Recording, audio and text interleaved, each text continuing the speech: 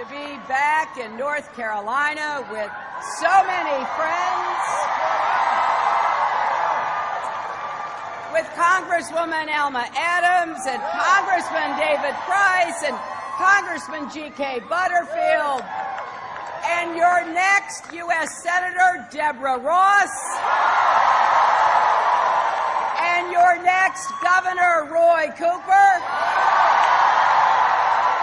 and of course, with our President, Barack Obama.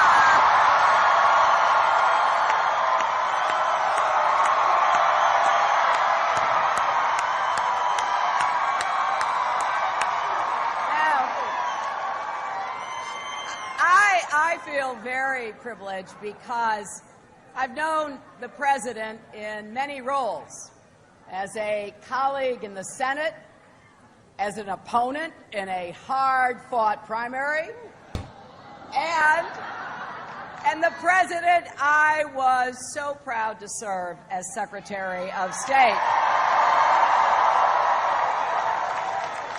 But I've also known him as the friend that I was honored to stand with in the good times and the hard times.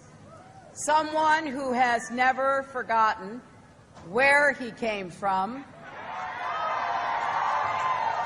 And Donald, if you're out there tweeting, it's Hawaii.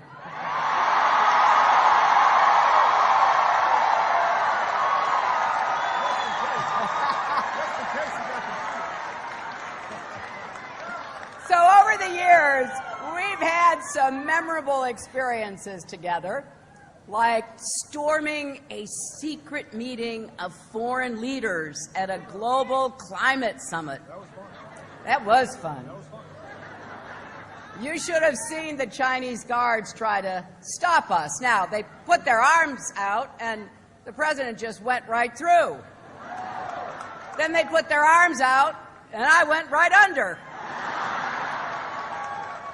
And the President, with that amazing smile of his, says, "Hey, we've been looking for you." Now, through it all, as we went from political rivals to partners to friends, my esteem for him just kept growing. And so did my admiration for his brilliant wife, Michelle.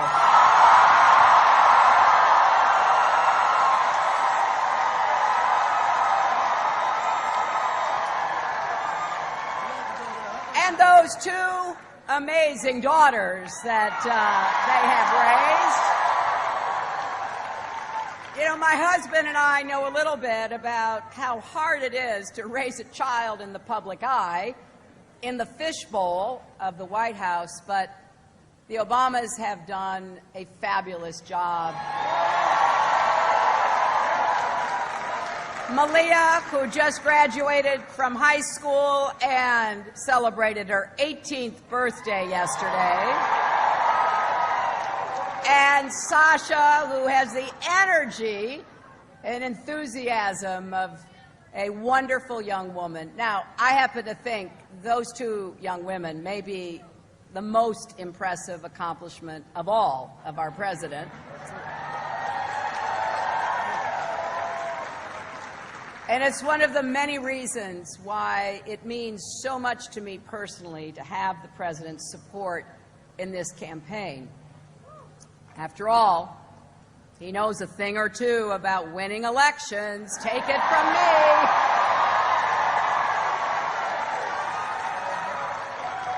And he also knows that despite all the progress we've made under his leadership, and yes, we have, we still have a lot of work to do. President Obama's job, one that he did not ask for but was handed to him, was to save us from a second Great Depression, and that is exactly what he did. Actually, I don't think he gets the credit he deserves for saving our economy. we've added 14 million private sector jobs. The auto industry just had its best year ever. 20 million people now have health care. Clean energy production has soared. I could go on and on, but you get the idea. That is what leadership looks like. So our next president has a different job to do, building on the progress that President Obama has made. We have to continue to take on deep structural challenges that existed long before the Great Recession. We see it here in North Carolina and across the country. Inequality is too high, wages are too low, and it's just too hard to get ahead. We need an economy that works for everyone, not just those at the top.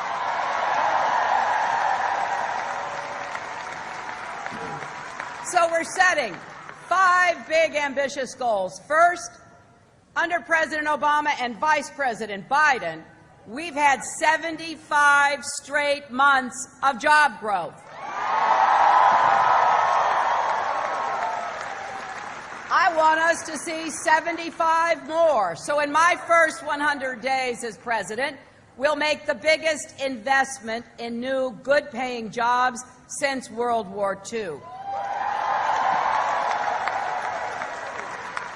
And when I say good-paying jobs, I mean exactly that. Donald Trump thinks wages are too high. He actually stood on the debate stage and said that. And he wants to get rid of the federal minimum wage altogether. Well, I think anyone who is willing to work hard should be able to find a job that pays well enough to raise a family. So we're going to increase the federal minimum wage and give the middle class a raise. That's good for our families, good for our economy, and boy, is it good for our country. Now, second, we're going to make college debt-free for all.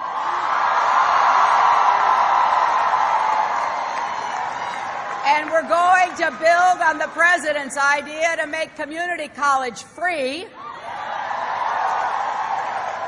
And we're going to help millions of people struggling with existing student debt save thousands of dollars. Third, we're going to rewrite the rules and crack down on companies that ship jobs overseas and profits to go with them. Let's reward the companies that share profits with their employees instead. And we're going to defend and strengthen the tough reforms President Obama put in place on the financial industry, not tear them up like Donald Trump says he'll do. We need to make sure that Wall Street can never wreck Main Street again. Fourth, we're going to make sure that Wall Street corporations and the super rich pay their fair share of taxes. It is just plain wrong that a millionaire can pay a lower tax rate than their secretaries, and we're going to stop it. And oh, by the way, we're going to keep asking to see Donald Trump's tax returns.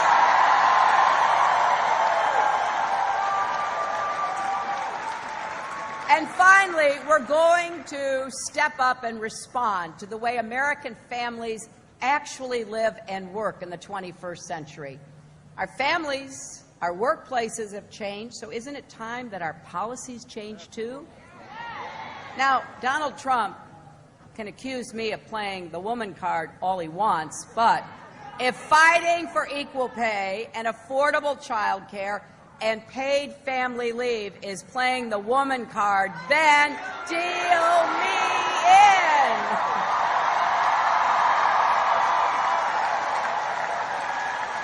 And you know, most of all,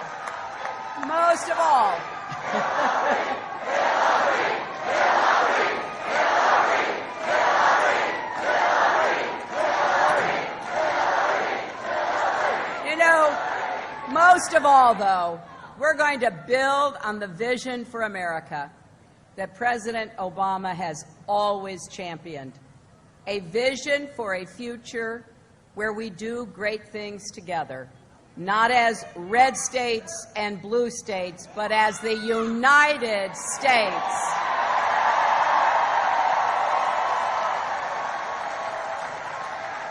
When I look at President Obama, I see a leader with heart, depth, and humility. Someone who, in spite of the obstruction he's faced, still reaches for common ground and common purpose.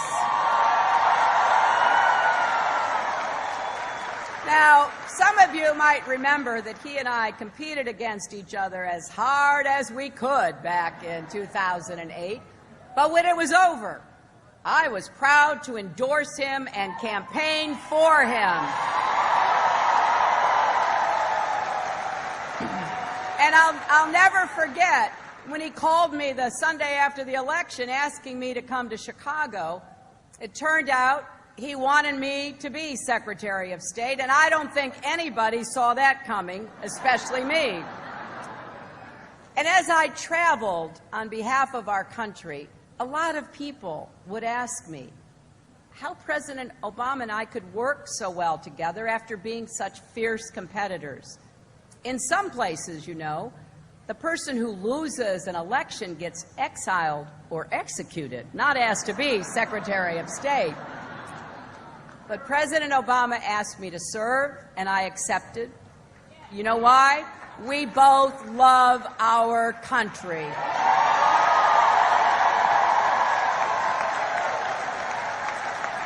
That is how democracy is supposed to work. We just celebrated 240 years of our independence. In America, we put common interest before self-interest. We stand together because we know we are stronger together. That is the kind of president Barack Obama has been. He's made difficult, even unpopular decisions for the good of our country. I have sat with him in the Situation Room and seen him make the hardest choices a president faces. He does it with steady, principled leadership. He's a statesman, leading not just our country, but the entire world. It was his vision. It was his vision and diplomacy that secured a historic global agreement on climate change, put a lid on Iran's nuclear program, opened up Cuba, and rallied the world to curb the spread of nuclear weapons. I saw him go toe-to-toe with the toughest foreign leaders and to give the order to go after Osama bin Laden. This, my friends, is a president who knows how to keep us safe and strong. Compare that to Donald Trump. Can you imagine him sitting in the Oval Office the next time America faces a crisis? The world hangs on every word our president says, and Donald Trump is simply unqualified and temperamentally unfit to be our president and commander-in-chief. So here in North Carolina, this election is our chance to say our country is better than this.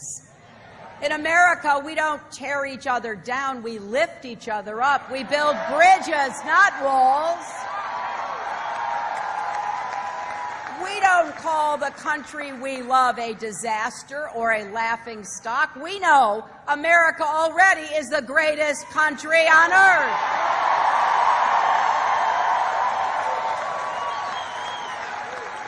Just think about those early patriots who met in Philadelphia that hot summer of 1776.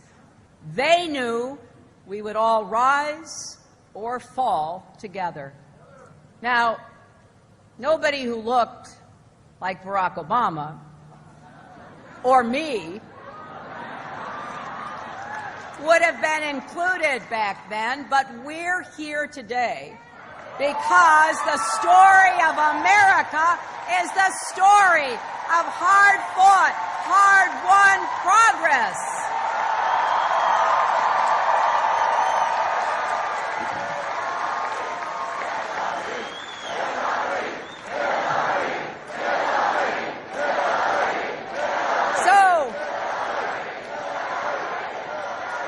I want you to remember that for 240 years, our history has moved in that direction, slowly at times, but unmistakably. As the President has reminded us, the arc of the moral universe is long, but it bends toward justice. So if you believe, along with me and with the President, that our best days as a nation are still ahead of us, please join this campaign. Take out your phone right now. Take out your phone and text JOIN to 47246 or go to HillaryClinton.com. We are hiring organizers right here in North Carolina. We're going to fight for every vote in this state, and with your help, we're going to win it. So I don't know about you, but we are fired up and ready to go, ready to win this election. Please join me in welcoming the President of the United States, Barack Obama.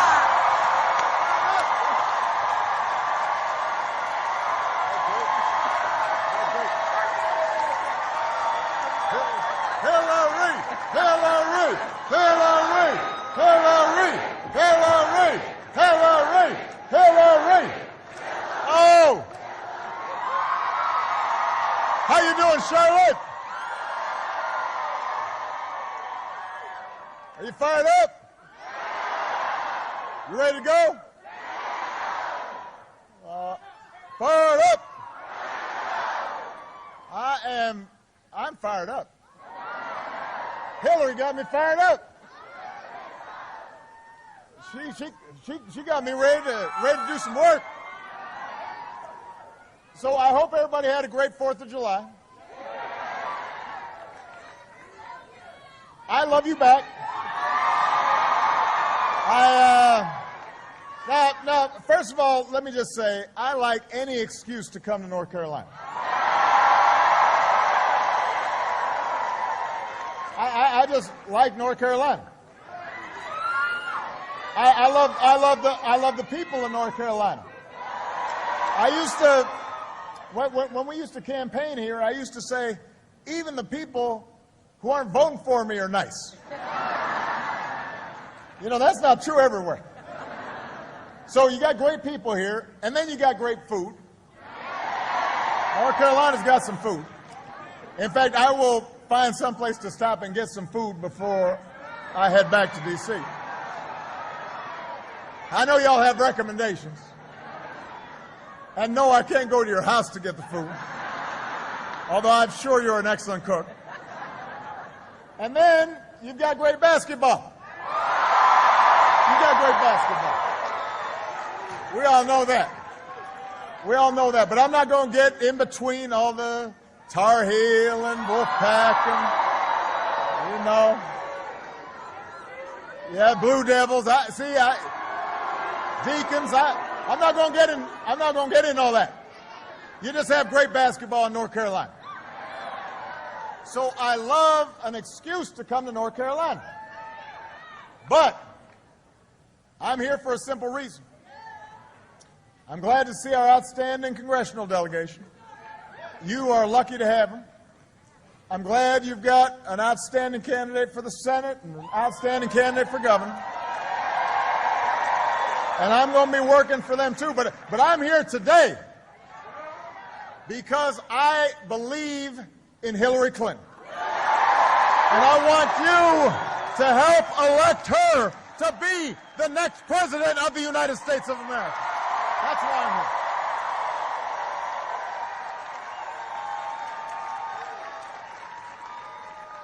Now, this is not Hillary.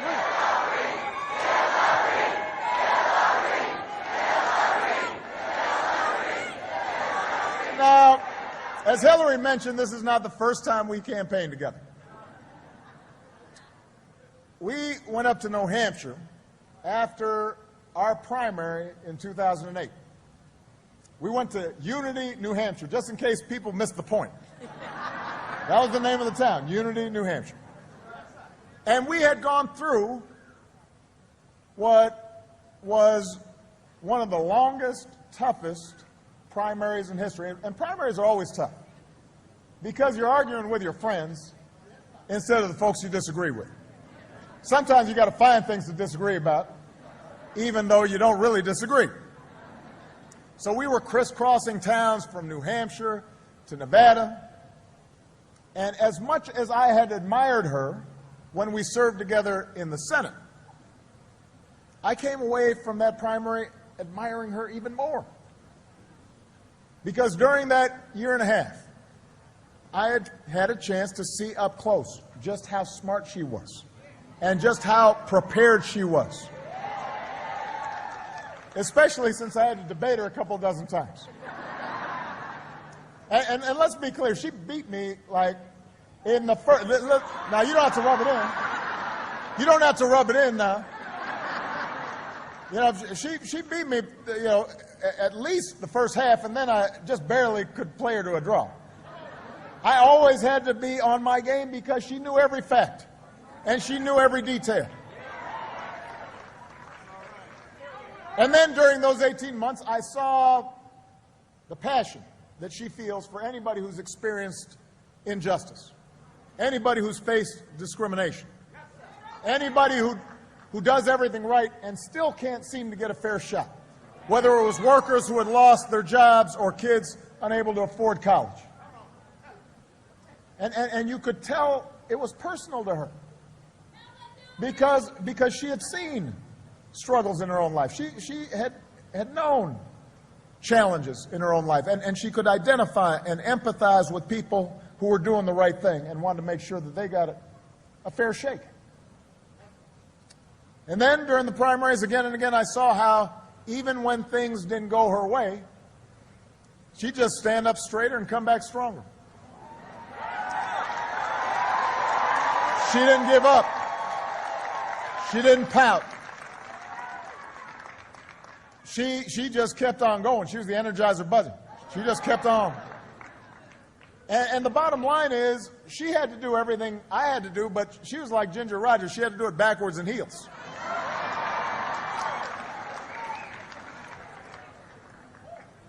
And at the end of our contest, I saw the grace and the energy with which she threw herself into my campaign.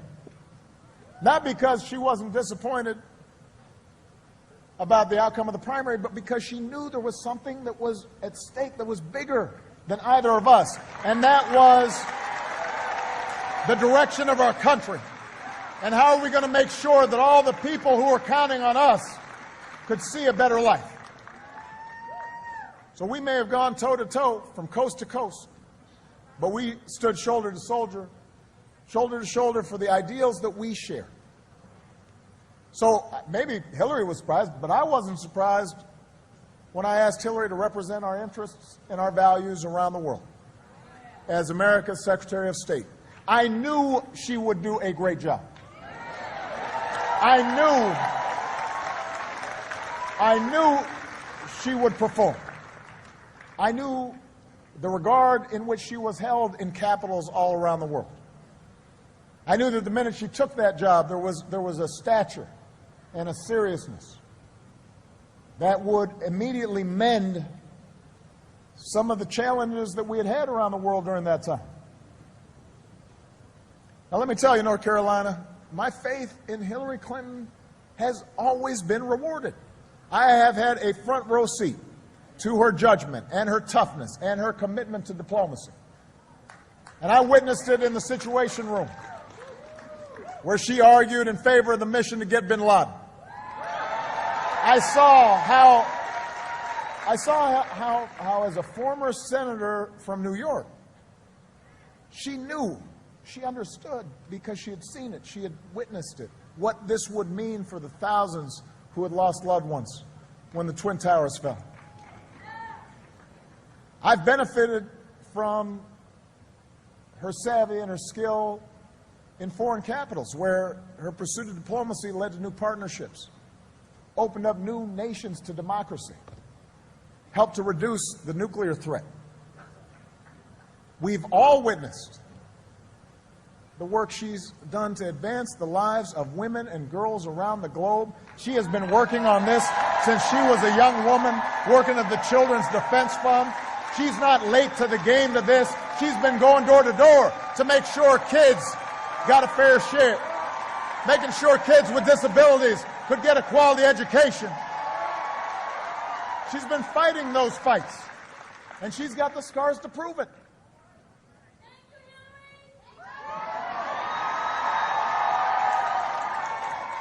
And you know, Hillary and I shared we shared a big hug the first time we saw each other after we finally realized one of the great causes of her career. Finally guaranteeing access to quality, affordable health insurance for every single American, because that's something she got started. And we picked up that baton and were able to get it across the finish line. The bottom line is, she was a great Secretary of State. And by the way, that's not just my opinion. That was the view of the American people and pundits throughout the time that she was serving as Secretary of State, before the whole political machinery got moving. You remember that? It wasn't that long ago. It's funny how that happens. Everybody thought she was doing a great job. That's because she did do a good job. But it's funny how the filter changes a little bit. Same person, done the same work, but you know, that filter is a powerful thing. But you know, it wasn't just what happened in the limelight that made me grow more and more to admire and respect Hillary. It was how she acted when the cameras weren't on. It was knowing how she did her homework. It was knowing how many miles she put in traveling to make sure that America was effectively represented in corners of the globe that people don't even know about. There wasn't any political points to be had, but she knew that it was important.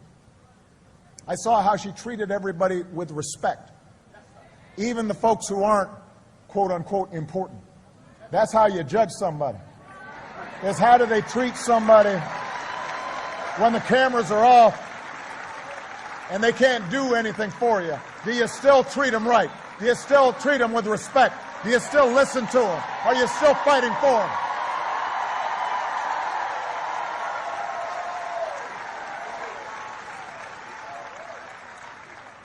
I saw how deeply she believes in the things she fights for. And I saw how you can count on her, and how she won't waver, and she won't back down, and she will not quit, no matter how difficult the challenge, and no matter how fierce the opposition. And if there's one thing I can tell you, Charlotte, is those things matter. Those things matter. I am here to tell you that the truth is nobody fully understands the challenges of the job of president until you've actually sat at that desk. Everybody's got an opinion, but nobody actually knows the job until you're sitting behind the desk.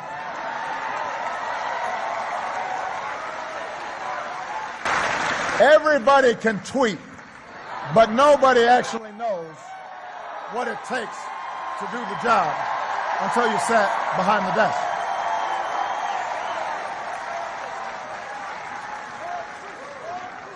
I mean, Sasha tweets, but she doesn't think that she's thereby should be sitting behind the desk. So you can't fully understand what it means to make life and death decisions until you've done it. That's the truth. But I can tell you this. Hillary Clinton has been tested. She has seen up close what's involved in making those decisions. She has participated in the meetings in which those decisions have been made. She's seen the consequences of things working well and things not working well. And there has never been any man or woman more qualified for this office than Hillary Clinton. Ever. And that's the truth. That's the truth.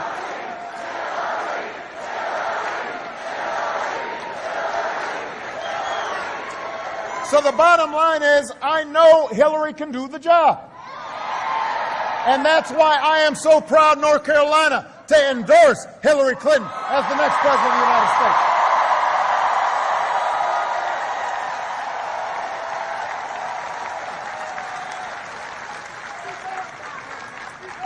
Now, I recognize to some degree I'm preaching to the choir.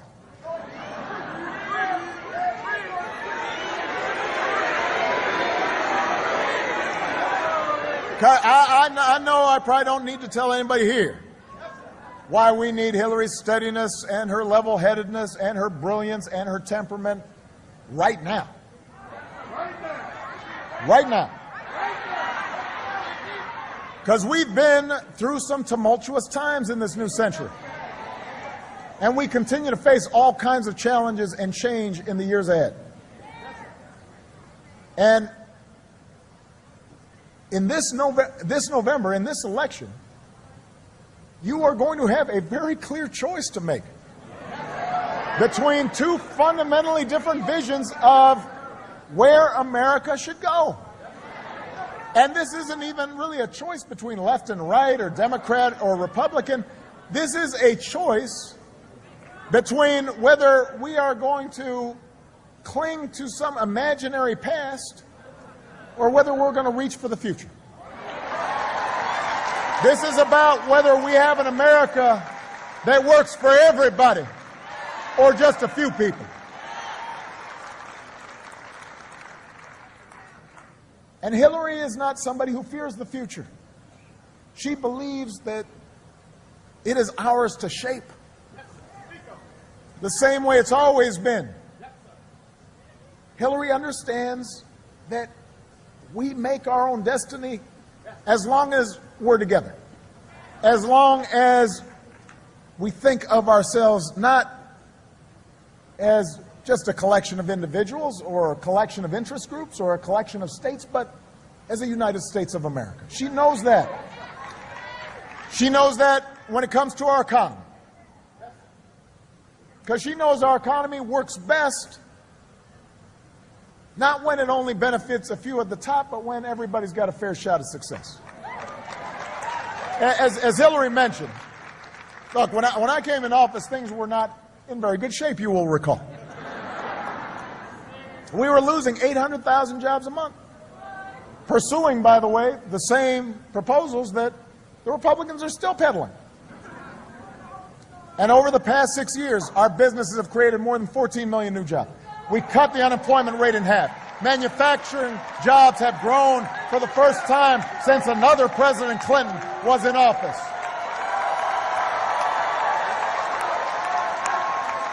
By the way, and by the way, because they're always talking about us being these spendthrift Democrats, I just want to point out, we cut our deficit by nearly 75%. They didn't. They did not. Wages for families are finally starting to rise again. But we've got so much more work to do. Because in the 21st century, we're not going to help families. We're not going to create jobs just by pretending that we can turn back the clock and women are going to somehow not be in the workforce anymore. And, you know, people of color suddenly are not going to be competing and wanting a better future for their kids.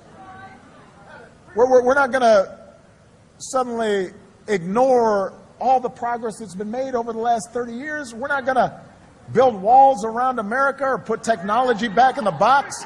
We're not going to reverse hard-won rights for women or minorities or Americans with disabilities to fully participate in the workforce. We're not going to do that. If we're going to give working families, all families, a chance to succeed, we've got to make sure they can afford child care.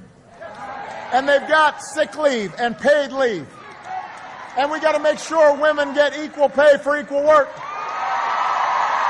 And we should make it easier, not harder, for workers to organize for better wages and working conditions. And we shouldn't eliminate the minimum wage. We should raise it high enough so if you work full time, you don't live in poverty.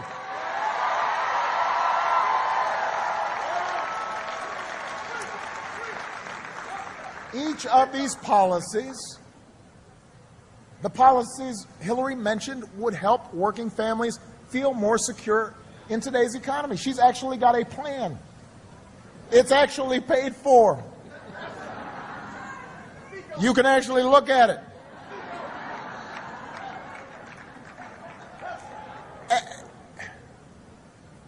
Now, the fact that we haven't gotten all these ideas done, it's not the fault of immigrants or unions or some liberal socialist scheme.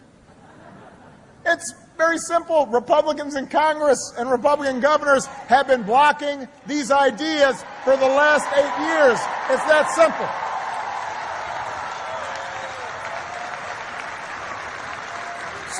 So, look, I just want to be clear. Not everybody votes on the economy. I understand. There are other issues. But if your concern is who's going to look out for working families, if you're voting your pocketbook, if you're asking who's actually going to stand up for the guy on the construction site or the guy in the factory or the woman who's cleaning a hotel room or somebody who's really working hard, the working family, if that's your concern, this isn't even a choice, because the other side has nothing to offer you. The other side's got nothing to offer you.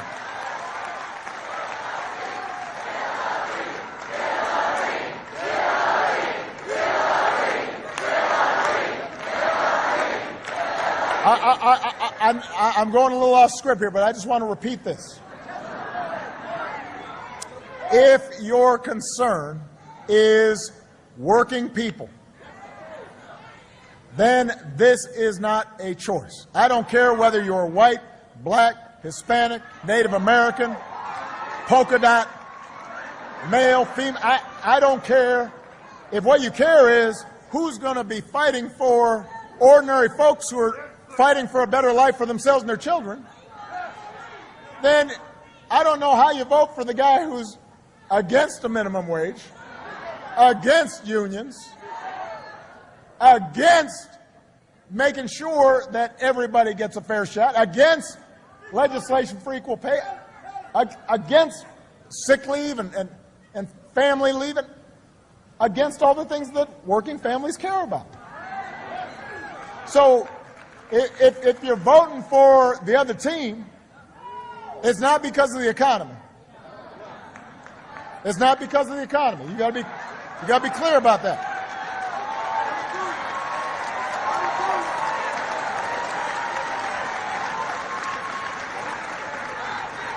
I mean, even the Republicans on the other side don't really know what the guy's talking about. They really don't. They really don't. You ask them, they're all like, I don't know. Then they kind of duck the other way. Am I joking? No. So you can choose a path that divides us with harsh rhetoric and pits working people against each other, all the while pushing policies that will just help folks at the top do even better. But that's not helping working families. Or we can transform our politics so they're responsive to working families, so that all people of all races and all backgrounds just get a higher wage, and all folks get quality health care and a decent retirement, and all children in this country get a better education that lets them dream bigger than their circumstances. That's what Hillary Clinton believes, and that's why I'm supporting her for President of the United States. And that's why you should too.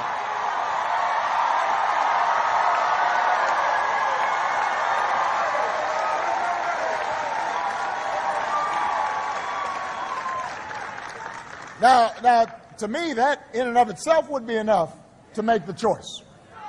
But we've got some other choices. You can go the path that denies climate change is real, or you can choose a path where American jobs and businesses lead the world to combat it. You know, over the last 7 years, we have doubled renewable energy in this country. Remember when we were all concerned about our dependence on foreign oil? Well, let me tell you, we've cut the amount of oil we buy from other countries in half. Remember when the other team was promising they were going to get gas prices down in like 10 years? And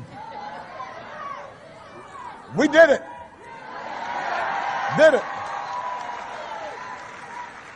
So we've been able to shape an energy policy that's good for families, good for your pocketbook, and with Secretary Clinton's help, America ultimately led nearly 200 other nations to an agreement to save this planet for future generations. Maybe you don't care about this. Maybe you think 99% of scientists are wrong. Or you can, you're welcome.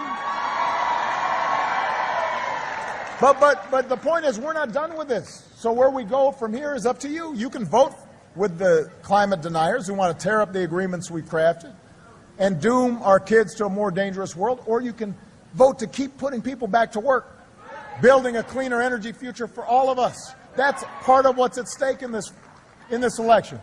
That's one of the reasons I'm supporting Hillary Clinton for president. You know, Hillary mentioned how we operate on the world stage. Now, let me just say, I know the other guys talks about making America great again. America's really great. And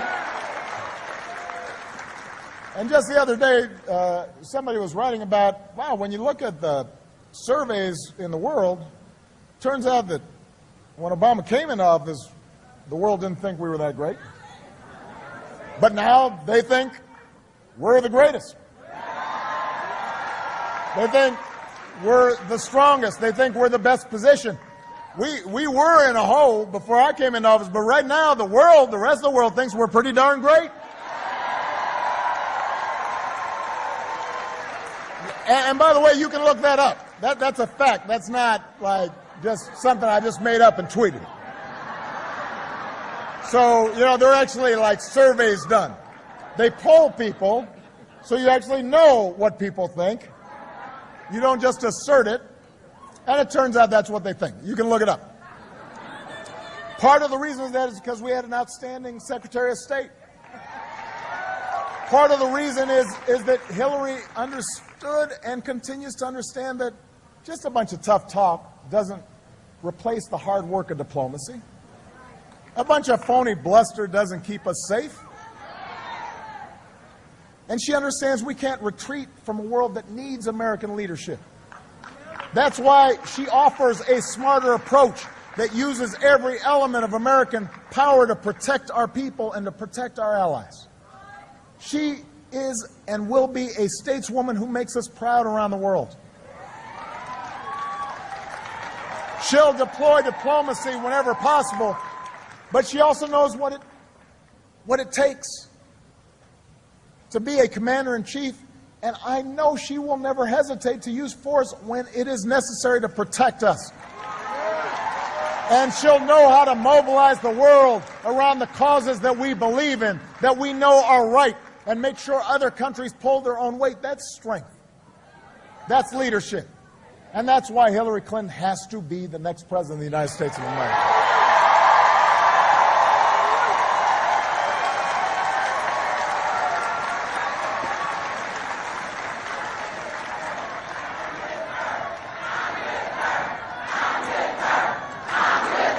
I am with her. I'm with her. You know, part of the reason why we are here is because we all share the belief that this country only lives up to its potential when every single one of us get a chance to succeed. Black, white, Latino, Asian, Native American, young, old, rich, poor, Turkish, American, gay, straight, male, female, all of us matter. All of us share the same creed. All of us pledge allegiance to the same flag. That doesn't mean we have to agree on everything. We all have different ideas and beliefs, and that's part of what makes America great. But I agree with Hillary that our democracy works best when there are basic bonds of trust between us, when we recognize that every voice matters. And the people who disagree with us most strongly love our country just as much as we do. You've never heard Hillary Clinton demonize other people. You haven't heard her not be willing to engage in folks even when they disagree with her. You ask about folks in the Senate who were on the other side, they liked working with her. Even though some of them had done everything they could to tear her down. When she was First Lady, she still worked with them. And that brand of leadership is how we're going to get things done. That's how we can protect more of our kids from gun violence. After Newtown, the other side blocked any new gun safety reforms. After Orlando, they blocked any new gun safety reforms. They're not listening to 90% of the American people, Democrats and Republicans, who support background checks and making sure somebody who's on a no-fly list can't actually go out and purchase an automatic rifle. Hillary knows how to build coalitions. And she knows we can take smart steps that protect both of our rights and our kids so they can go to the movies or to church or to a nightclub or to school. And if you believe that too, then there's no choice here. You've got to vote for Hillary Clinton.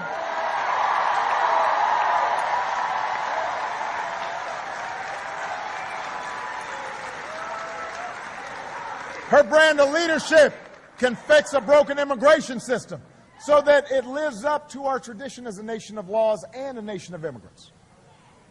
You know, unless you're a Native American, somebody brought you here. Somebody came here. You came from someplace else now. So I just want to be clear about that. And not everybody had their papers straight when they came. I'm just saying. And you know, there are millions of striving young people whose lives hang in the balance. And they want to give something back to this country that they love. They want to serve in our military. They want to go to college. They want to be doctors. They want to cure diseases.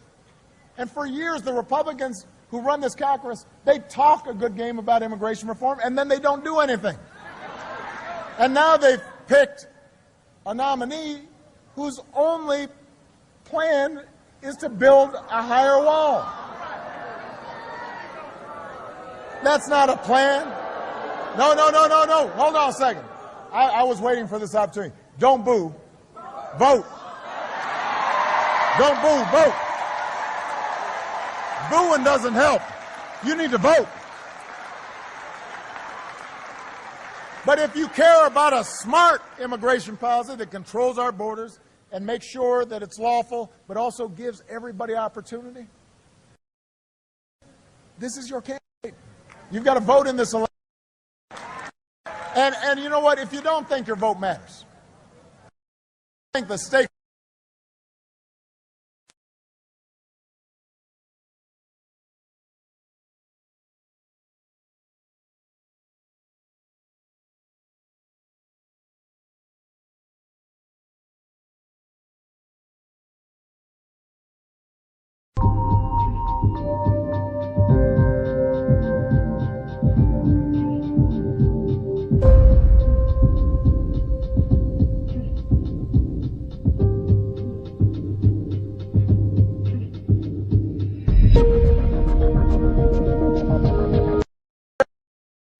can choose his own.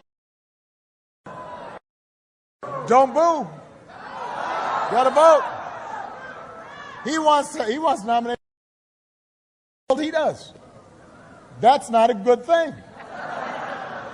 That's not plan. The Supreme Court is no joke. The people who sit on that, our responsibilities and duties to each other as citizens affect of our daily lives. This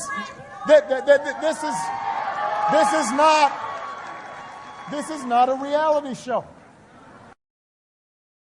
This is not entertainment. This is real.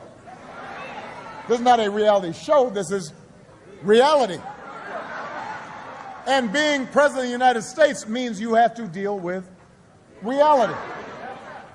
When a crisis hits, you walk off the set.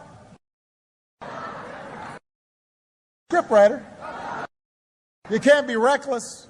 You don't have the luxury of just saying whatever pops into your head. You've actually got to know what you're talking about. You've got to actually do your homework. You can't just kick out reporters. You can't go to another country and if they ask you a question you don't like, just kick them out because you're in another country. You've got to apply steady judgment even when things don't go your way. You got to make the tough calls even when they're not popular and even when they won't pay off right away or increase your poll numbers. You got to be able to handle criticism without taking it personally. You just got to brush it off and get the job done. That's some of what I've learned while serving as your president. That's some of what Hillary's learned as a senator and as a Secretary of State. And that's why I'm voting for Hillary Clinton to be the next president of the United States. So let me, I know I've gone on too long. This is what happens. You haven't campaigned in a while, you start, just enjoying it too much. So let me just simplify this, and let me be blunt. I want to be blunt. Can I be blunt? I'm going to be blunt. Hillary's got her share of critics. That's what happens when you're somebody who's actually in the arena. That's what happens when you fought for what you believe in. That's what happens when you dedicate yourself to public service over the course of a lifetime. And what sets Hillary apart from so many others is she never stopped caring. She never stopped trying. We're a young country, so we like new things. And I benefited from that culture, let's face it. When I came on the scene in 2008, everybody said, well, he's new. They don't say that now because I'm not. But sometimes we take somebody who's been in the trenches and fought the good fight and been steady for granted. Sometimes we act as if never having done something and not knowing what you're doing is a virtue. We don't do that, by the way, for airline pilots. We don't do that for surgeons. But somehow we think President of the United States, let's just get, I don't know, who's that guy? Come on. And so as a consequence, that means that sometimes Hillary doesn't get the credit she deserves. But the fact is Hillary is steady, and Hillary is true. And she's been in politics for the same reason I am. Because we can improve other people's lives by doing this work. And we don't care about the slings and arrows that are thrown at us. Because we know that's how real change and real progress happens. And that we, if we're willing to work hard, can finish, can bring about changes that make life better for some kid out there, some senior out there, somebody who's unemployed out there. And it may take more than a year. And sometimes it takes more than a term. And sometimes it takes more than one presidency or even one generation. And yeah, that's old-fashioned. I think she'll fess up to that. But we want people to believe that their government can work and that their president cares. And that every child in this country should have the same chance that this country gave us. Because we weren't born with a silver spoon. And we know that behind all the division and sometimes angry rhetoric of this election year and all the petty bickering and the point scoring and the punditry, the ordinary Americans are good. And they are generous. And they are hardworking. And they got an awful lot of common sense. And we share a certain set of common values and hopes and dreams. That's why I ran in 2008. And I believe in those values and those ideals more than ever. And I believe in you, the American people, more than ever. And I am more optimistic about our future than ever. And that's why my faith is stronger about the simple American ideal as old as our founding, that people who love their country can change it for the better. I have seen it happen. I have run my last campaign. And I couldn't be prouder of the things we've done together, but I'm ready to pass the baton. And I know that Hillary Clinton is going to take it. And I know she can run that race. The race to create good jobs and better schools and safer streets and a safer world. And that's why I'm fired up. And that's why I'm ready to go. And that's why I'm with her. And that's why I need you to work just as hard to make sure that Hillary Rodham Clinton is the next president of the United States of America. God bless you, North Carolina. God bless you. God bless the United States of America.